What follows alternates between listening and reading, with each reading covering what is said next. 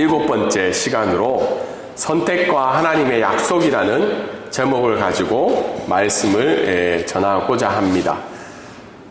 인간은 선택을 하루에 몇 번 하냐? 왜냐하면 사실 우리의 삶을 뒤돌아보면 우리의 인생은 선택의 연속인 것 같아요. 그래서 내셔널 지오그래픽이라는 곳에서 2021년도에 통계를 내봤는데 뭘 먹을지부터 시작해서 하루에 한 150번 정도를 선택해야 된다고 합니다. 굉장하죠.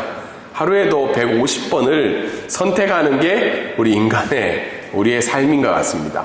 오늘도 우리가 오기 전에 선택을 많이 했죠.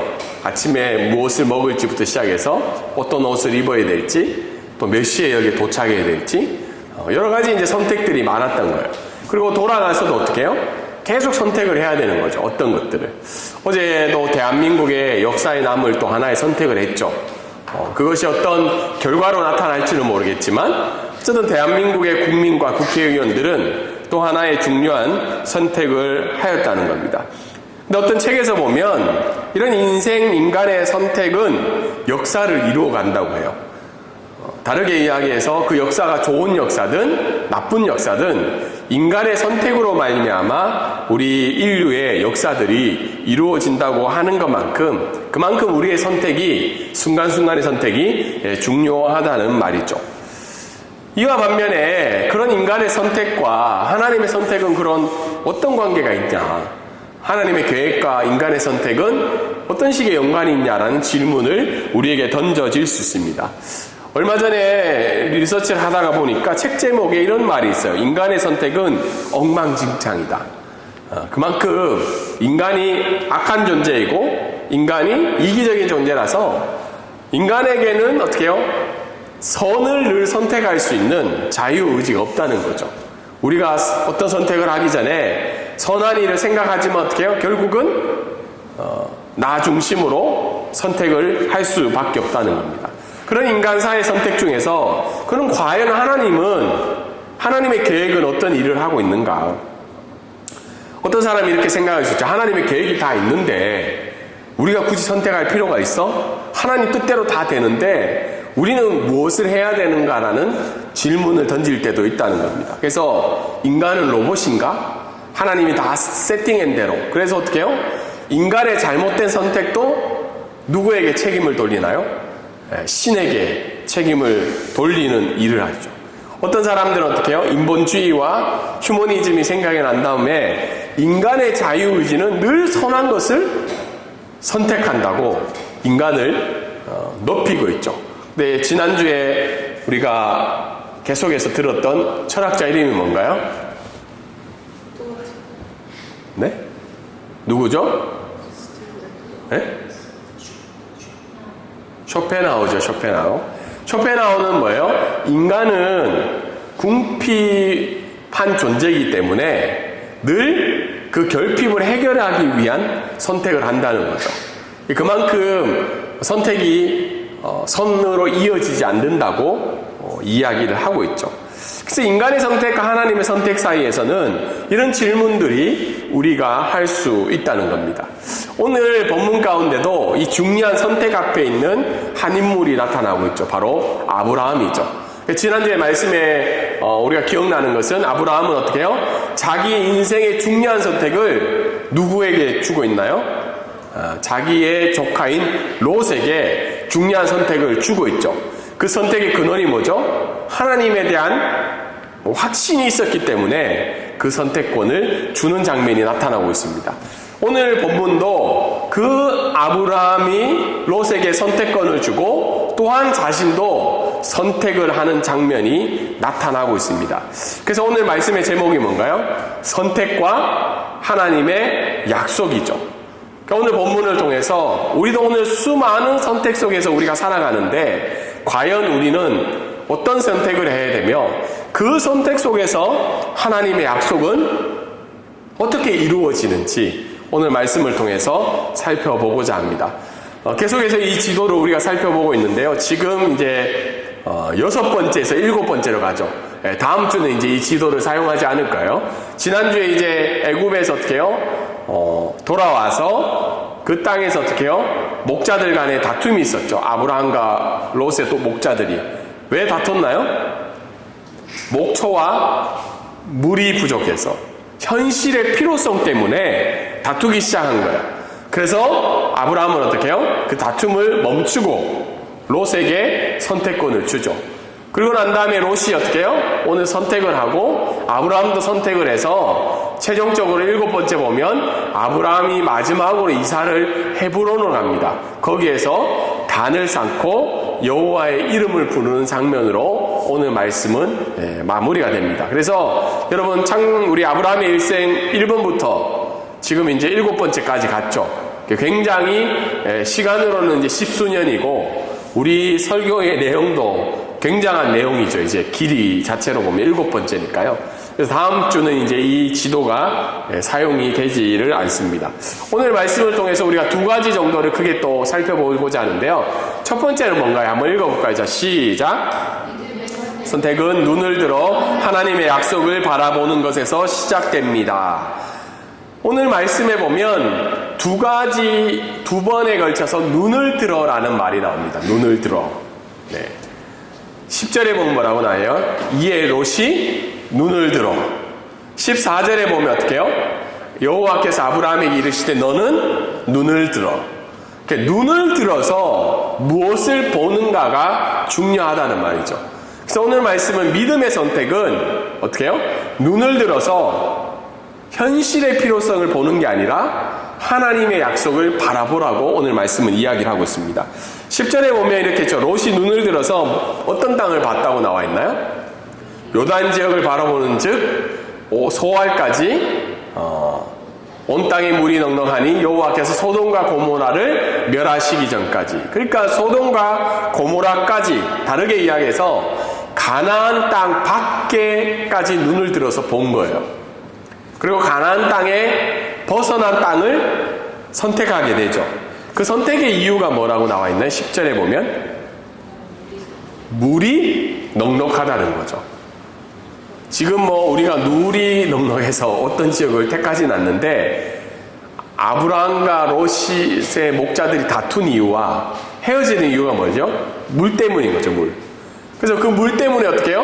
눈을 들어서 보니까 물이 거기에 많은 거죠. 현실의 일각에서 선택을 잘한 거예요. 물을 선택한 거니까. 그리고 또 어떻다고 나와 있나요? 여호와의 동산 같고 애국 땅과 같았더라.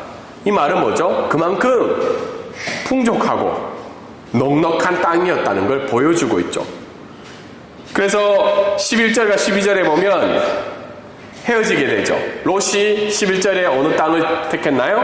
롯이 요단 온 지역을 택하고 동으로 옮기니 그들이 서로 이제 떠나게 되는 거죠.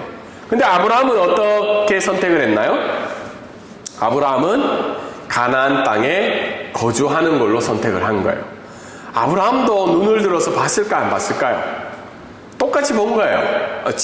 저기가 좋다고 하니까 한번 본 거죠. 그럼 아브라함 눈에는 그 땅이 별로였을까요? 안 별로였을까요? 그 땅이 좋아 보였을 거예요. 눈에 보이는 좋아 보이는 건 다 똑같이 눈에 보이게 좋아 보여요. 그런데 아브라함은 선택을 가나안 땅으로 선택을 한 거죠. 근데 이 선택에 대해서 하나님이 어떻게 평가하고 있나? 13절에 보면 롯이 선택한 땅은 어떤 땅이라는 거예요? 여호와 앞에서 큰 죄인이었던 땅이었다는 거죠. 하나님의 평가는 롯이 선택한 땅이 어떤 땅이라는 거예요? 물과 자원, 목초는 풍족할지라도 하나님이 기뻐하시지 않는 땅으로 평가를 하고 있는 겁니다.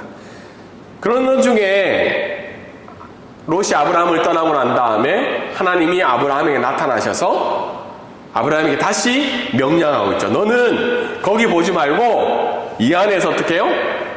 동서남북 다 바라보라고 명령하시고 있는 장면이 오늘의 말씀입니다. 오늘 첫 번째 말씀을 통해서 우리가 알 수 있는 것은 하나님은 방향에 적합한 선택의 자유를 주셨다는 거예요.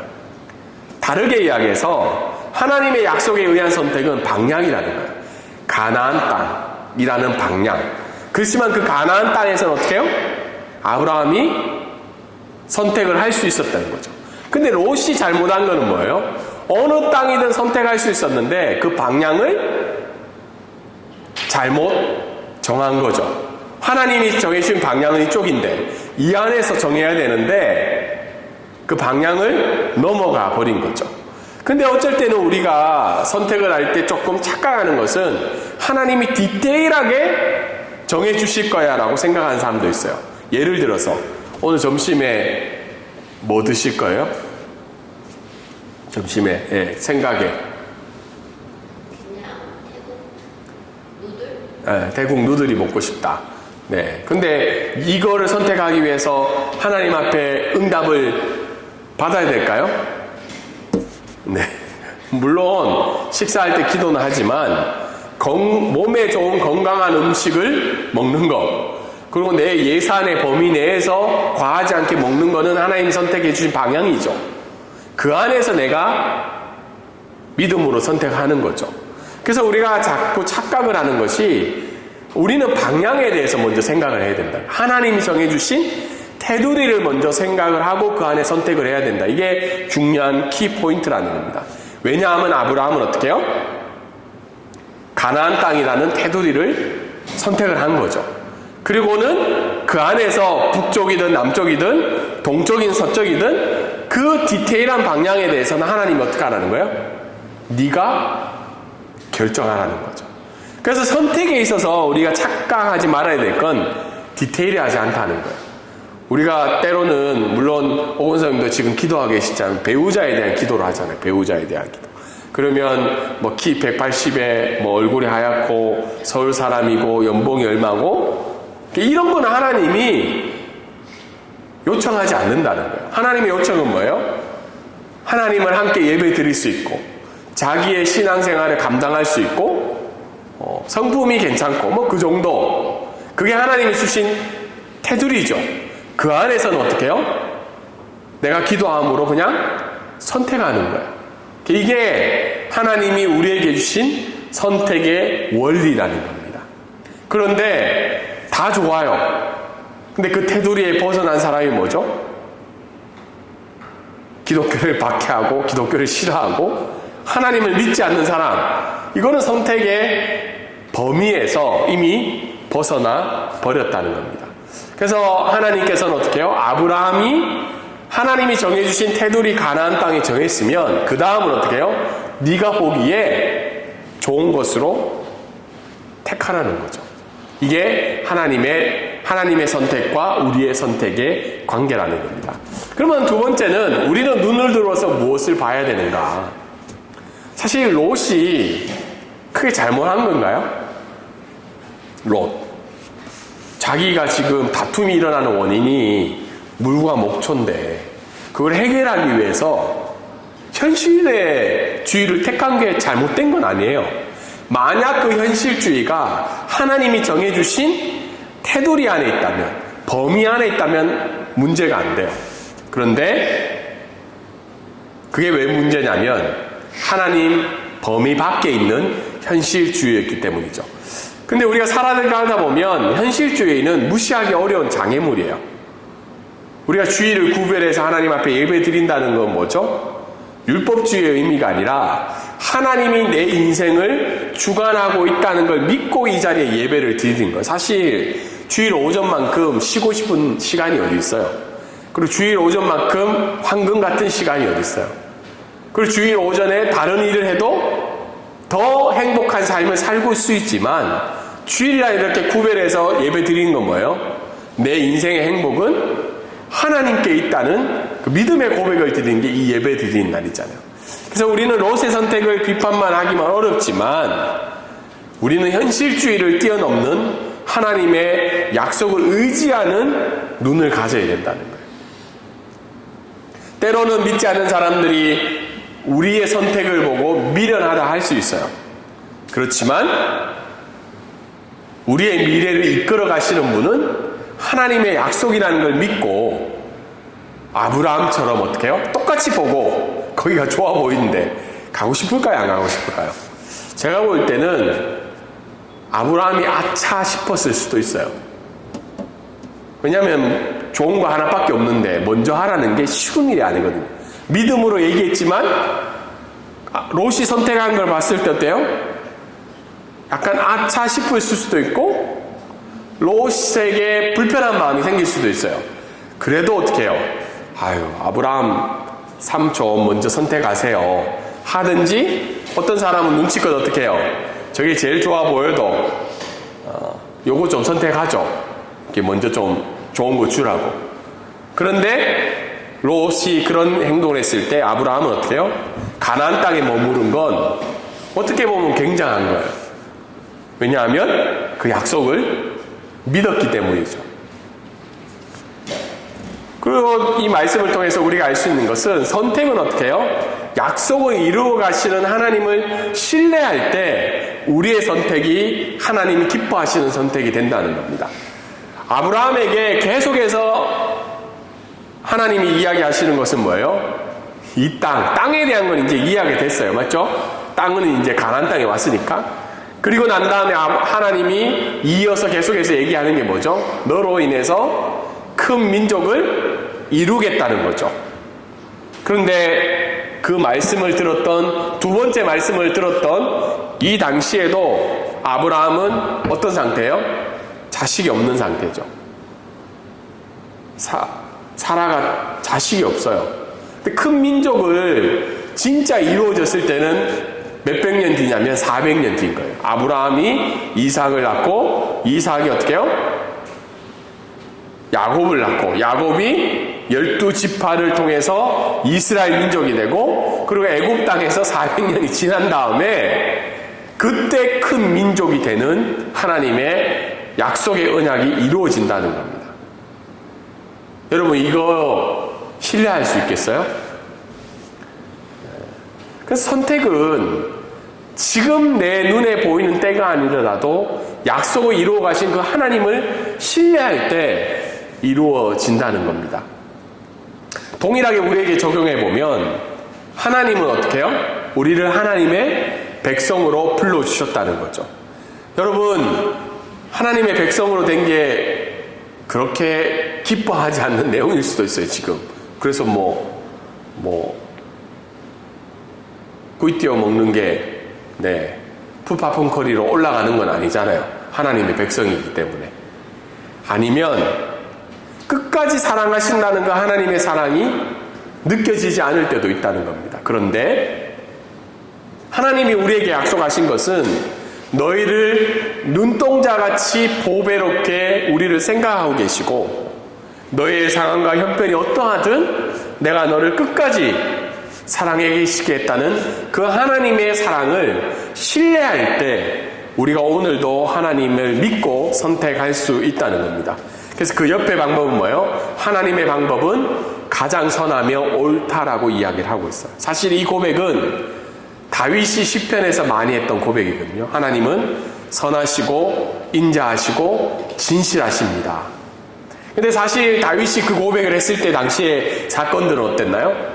자식에게 배신을 당하고 부하에게 배신을 당해서 미친 척 하면서 원수의 발 앞에 무릎 꿇을 때도 사도 바울은 어떻게 이야기해요? 하나님의 방법은 언제나 선하십니다라고 고백하는 거예요. 이것이 오늘 이 말씀을 통해서 우리에게 알려주시는 그 하나님의 선하심이지 않을까 생각해 보게 됩니다.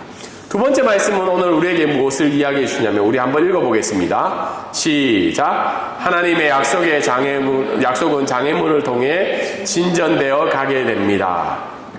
하나님의 약속은 장애물을 통해서 진전되어 가게 된다는 거예요. 15절부터 18절에 보면 롯이 선택을 한 이후에 아브라함은 어떻게 해요? 하나님은 아브라함에게 땅을 보여주시죠. 동서남북. 그 보이는 땅이 어떻게 한다는 거예요? 내 자손이 땅에 티끌 같게 하리니. 지금 아브라함은 자식이 한 명도 없는 상황이죠. 그 땅에 대한 약속, 자손에 대한 약속을 다시 하시는 거예요. 여러분, 그 약속을 들었을 때 어떤 마음이 들었을 것 같아요? 지금 한 명도 없는데 티끌 같게 해준다고. 그리고는 아브라함이 어떤 반응을 하냐면 18절에 보면, 이에 아브라함이 장막을 옮겨 헤브론에 있는 마므레 장수리 숲으로 이르러 거주하며 거기서 여호와를 위하여 제단을 쌓았더라. 이해라는 말은 받아들였다는 겁니다. 순종했다는 거예요. 지금 내게 한 명의 자식이 없다 하지만 다시 그것을 믿음으로 받아들인 거예요. 그리고는 제단을 쌓았다는 말은 뭐죠? 예배했다는 말이고 하나님이 자신의 인생의 주권자이심을 고백하는 게 제단을 쌓았다는 의미라고 말씀을 드렸습니다. 그래서 오늘 이 말씀을 통해서 우리가 알 수 있는 것은 우리는 악인의 부요와 풍요함을 부러워하지 말라는 거예요. 이거를 다르게 이야기해서 앞에서 설명드렸지만 아브라함 마음이 굉장히 불편했을 거라고 생각해요. 왜냐하면 롯이 개념 없이 지가 먼저 좋은 걸 선택하고 롯 눈에도 어떻게 해요? 물이 넉넉하고 애국과 같고 에덴 동산 같은 풍요로운 땅을 이 조카 놈이 먼저 선택을 한 거예요. 그랬을 때 아브라함 마음에 여러 가지 갈등이 있었을 거라 생각해요. 부럽기도 하고 어떻게 해요? 슬프기도 하고 낭망으로 이어질 수도 있었겠죠. 왜냐하면 지금 현실에 보면 그게 정확하기 때문이죠. 근데 가장 좋은 치료제는 뭐예요? 그런 불편한 마음과 슬픔과 낭망으로 이어지는 아브라함을 치료하셨던 것은 다시 한 번 더 말씀하신 하나님의 약속이었다는 거예요. 아브라함, 너 너무 아쉬워하지 마라. 너 속상해하지 마라. 너 힘들어하지 마라. 네가 이 땅에 남은 건 내 약속을 이루기 위함이다. 나는 너에게 이 땅을 줄 것이며 나는 너에게 티끌과 같이 큰 민족을 이루게 하게 했다는 거예요. 가장 좋은 치료제는 하나님의 약속의 말씀이라는 거죠. 근데 오늘 말씀을 통해서 우리가 알 수 있는 건 우리의 선택이 때로는 현실에 맞지 않는 선택이라 할지라도 너무 다른 사람의 부요와 풍요로움을 부러워하지 말라는 거예요. 그걸 부러워하고 다른 사람의 부요와 풍요로움을 부러워하면 우리 마음에 뭐가 찾아오죠? 슬픔이 찾아오고 결국은 어떻게 해요? 낭망으로 이어지게 된다는 겁니다. 그래서 책 제목도 있죠. 슬픔이 나를 집어삼키지 않게 하나님의 말씀을 붙들고 나아가라는 겁니다. 어제도 제가 이 성경을 준비하고 또 이제 교회에 이제 오시고자 하는 분들하고 대화를 나누기도 하고 또 이 지금 방콕 브릿지 교회 상황들을 생각해 보면 저희 동기들 중에도 이제 교회 담임으로 간 동기들도 많고 이제 후배들도 가요. 같이 사역했을 때는 스스로의 생각이에요. 내가 좀 더 잘하는 것 같았는데 이제 나는 왜 교회를 이렇게 개척을 했는데 있던 태국 성도들도 이제 안 오잖아요. 맞죠? 숫자가 줄는 거죠. 지난달에 비하면. 그래서 마음에 이제 그런 목회를 잘하고 있는 사람들에 대해서 부러움이 생긴 거죠. 그러다가 어제도 이제 내 선택이 잘못된 건가? 교회를 방콕 브릿지 교회를 오픈하는 게 하나님 기뻐하시지 않는 일인가? 뭐 이런 생각이 드는 거죠. 그게 어떻게 해요? 계속 들어가다 보면 어떤 일이 생길까요? 슬퍼져요.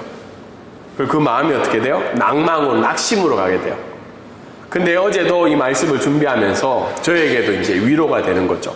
용기를 가지게 되고, 만약 방콕 브릿지 교회가 하나님의 언약과 약속 아래에 있다면 우리의 지금 상황과 형편이 어떠하든 우리는 기쁨으로 이 교회를 또 섬겨나갈 수 있다는 겁니다.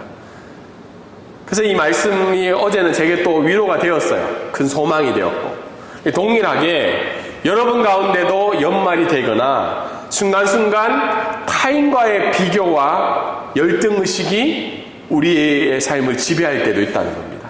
그럴 때마다 나는 너를 복의 존재로 불렀고 복의 통로로 사용하기 위해서 나는 너를 이 세상 가운데 구별하여 불렀다는 그 하나님의 말씀이 여러분 가운데 위로와 소망이 되기를 소망합니다. 마지막으로 오늘 말씀을 통해서 마지막이 아니네요. 두 개가 남았네요. 이 말씀을 통해서 알 수 있는 것은 우리의 신앙은 장애와 진전의 연속이라는 겁니다. 다르게 이야기해서 신앙을 가졌다는 건 계속 진전의 연속이 아니라는 거예요. 아브라함은 우리 12장 말씀부터 한번 살펴보면 힘들게 가나안 땅에 왔죠. 다 버리고, 맞죠? 물론 재산을 가지고 왔지만 안정의 땅을 버리고 왔는데 그 땅에 왔자 누가 있었어요? 가나안 거주민, 장애물이 있었던 거죠. 그래서 막 옮겨 다니다가 예배를 드렸어요. 근데 또 뭘 만나요? 뭘 만났나요? 기근을 만난 거예요. 그래서 어디로 갔어요? 애굽으로 갔죠. 장애물을 만났죠. 그리고 또 하나님의 역사를 경험해서 애굽에 가나안 땅에 다시 돌아왔어요. 근데 또 어떤 장애를 만나요? 목초지와 물의 부족으로 다툼이 일어나죠. 그리고는 기쁜 마음으로 또 어떻게 해요? 선택권을 줬어요. 그런데 아브라함 마음 가운데는 또 현실에 대한 장애물이 찾아온 거죠. 그랬을 때 하나님은 또 어떻게 해요? 언약을 다시 말씀해 주시고 아브라함은 또 그 약속을 믿고 예배 드림으로 오늘 말씀 이야기됩니다. 동일하게 우리의 신앙도 이 장애와 믿음의 진전의 연속이라는 거예요. 하나님의 말씀을 믿고 진전해서 나갔는데 거기서 또 어떻게 말해요? 또 장애물을 겪는 거죠. 그러다가 또 그 장애물을 이겨서 또 믿음으로 나아갔는데 또 장애물을 만난다는 거예요. 이게 이 땅에서 살아가는 우리의 인생의 모습이라는 거예요. 비록 우리가 믿음을 많이 가졌지만 이런 신앙의 형태는 변함이 없다는 거예요. 그래서 결국은 신앙의 장애가 없고 진전의 연속만 있는 어디에 있다는 거예요. 이 신앙은, 이 믿음의 생활은 천국에만 있다는 거예요. 그래서 우리가 이런 신앙, 아브라함의 삶을 통해서 또 우리의 믿음의 신앙의 모습을 통해서 결국 우리가 받아들여야 될 것은 우리의 신앙은, 이 땅에서 우리의 신앙은 장애와 진전의 연속이고 그렇게 우리는 천국을 바라보며 살아가야 된다는 겁니다. 마지막으로 오늘 이 말씀을 통해서 알 수 있는 것은 그렇기 때문에 선택하는 상황 속에서 우리는 하나님의 약속에 거하는 훈련이 필요하다는 거예요. 한번 이 말씀을 듣고 끝나는 것이 아니라 계속해서 하나님의 약속에 거하는 훈련이 우리에게 필요하다는 겁니다. 그래서 제자 훈련이든 말씀의 공부든 성경 파노라마든 계속해서 우리가 이 훈련이 필요한 이유는 반복되는 하나님의 그 약속을 기억해야 된다는 거예요. 한 번으로 끝나는 것이 아니라 언약을 반복적으로 말씀하시는 그 하나님을 경험해야 된다는 거예요. 예배를 드릴 때, 찬양할 때, 기도할 때, 말씀을 읽을 때 반복적으로 나에게 말씀하시는 그 하나님을 경험해야 된다는 거예요. 그리고 예배를 드릴 때마다 어떻게 해요? 하나님이 누구신지를 다시 고백하는 거예요. 오늘도 비준비하시니 그 찬양을 부르면서 하나님이 누구신지를 고백했잖아요. 그리고 우리가 연약할 때, 우리가 낙심될 때 결국은 누가 일하신다는 거예요? 하나님이 일하신다는 걸 우리가 고백함으로 우리 삶을 다시 한 번 더 살아갈 수 있는 힘을 어디를 통해서 얻는다는 거예요? 예배를 통해서 듣는다는 거예요. 그리고 이 예배를 통해서 우리가 계속해서 반복적으로 고백하는 건 뭐예요? 내 미래는 내가 결정하는 것이 아니고 내가 선택한 현실주의에서 내가 결정하는 것이 아니라 그 약속하신 그 하나님이 아브라함에게 티끌과 같이 자손이 많게 해주겠다는 그 하나님의 언약이 400년 뒤에 이루어진 것처럼 그 아브라함의 미래와 나의 미래는 누가 결정하신다는 거예요? 하나님이 결정하신다는 거예요.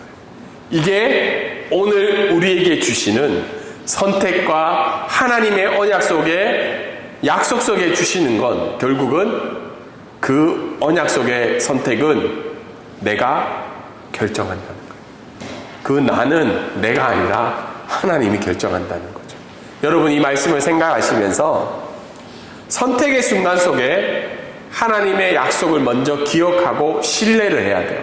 특별히 범위와 하나님이 정해주신 범위와 테두리가 뭔지를 먼저 알고 그 안에서 하나님의 약속에 믿고 선택하는 은혜가 저희에게 있기를 원합니다. 두 번째는 그 선택의 순간 속에 어떻게 해요? 우리 안에 찾아오는 악인의 부요와 풍요함에 대한 부러움이 분명히 있다는 거예요. 저렇게 했을 때 분명히 더 나을 건데, 더 나은 행복이 찾아오는 부러움이 찾아올 때마다 우리는 어떻게 해요? 영원하신 하나님의 약속으로 그것을 이겨나가는 믿음이 저희들에게 있어야 된다는 겁니다. 그래서 이 말씀이 연말을 살아가고 또 여러 가지 선택 속에서 갈등하며 고민하는 저희들에게 믿음의 지표가 되기를 주님의 이름으로 소망합니다. 아멘.